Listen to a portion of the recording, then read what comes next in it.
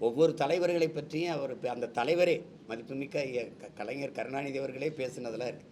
குறிப்பாக எங்கள் தாத்தாவையெல்லாம் வந்து கருவாட்டுக்காரியின் சீமந்த புத்திரர், மரமேறி, கட்டப்பீடி, முன்னாடியெல்லாம் ரஷ்யாவுக்கு எருமை தோலை தான் அனுப்பிட்டு இருந்தோம், இப்போ எருமை மாட்டையே அனுப்பணும்னு பேசுனதில் இருக்குது. அது மாதிரி ஒவ்வொரு தலைவர்களை பற்றி பேசுகிறது. அம்மையார் இந்திரா காந்தியை பற்றி, அம்மா ஜெயலலிதா பற்றி பால்கனி பாவை என்று பேசி, இந்த ஐயா எம்ஜிஆர் அவர்களை ஆண்மையற்றவர், ஆண்மகன் இல்லாத ஒரு அலி என்றெல்லாம் பேசணும். கொடுமையான விமர்சனங்களை வச்சுருக்காங்க.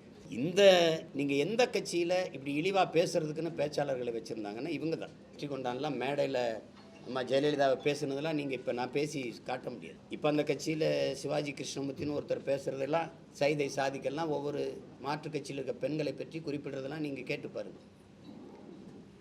நாகரிக அரசியலை பற்றி, கண்ணியமான அரசியலை பற்றி கற்றுக் கொடுக்கறதுக்கு, அடுத்தவங்களுக்கு போதிக்கிறதுக்கான தகுதி, நேர்மை ஒரு துளியும் இல்லாத கட்சி தமிழ்நாடு இருக்குன்னா அது திமுக தான்.